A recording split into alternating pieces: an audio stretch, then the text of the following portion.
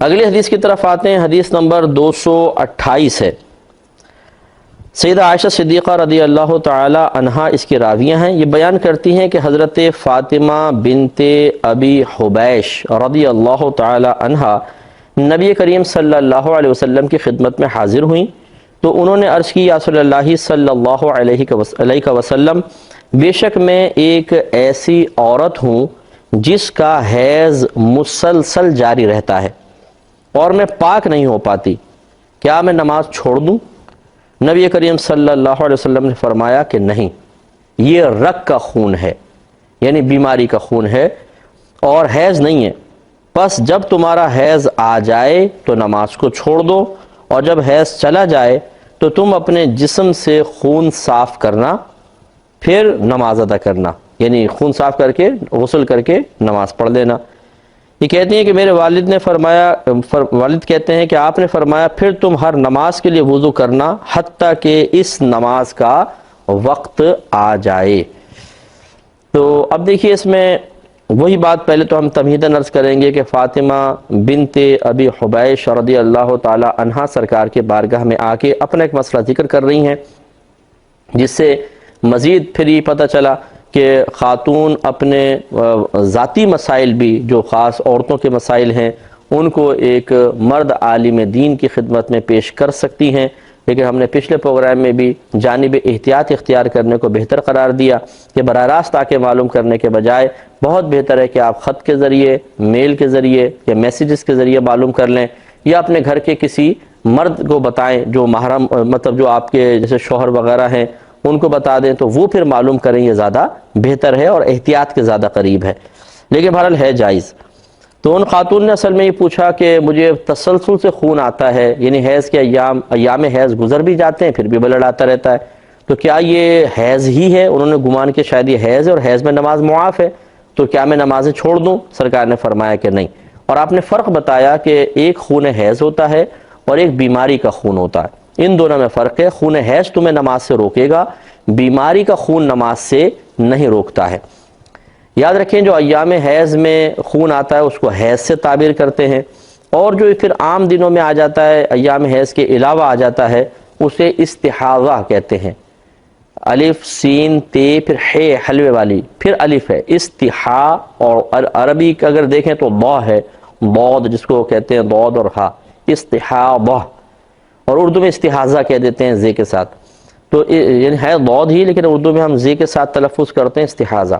استحاضہ کا مطلب ہی ہے بیماری کا خون۔ اب پہلے تھوڑا سا سماعت فرما لیں کہ حیض کی کم سے کم مدت 3 دن ہوتی ہے اور زیادہ سے زیادہ 10 روز ہوتی ہے، لہذا اگر بہن کو، کسی بہن کو 1 دن بلڈ آیا، 2 دن اور پھر نہیں آیا،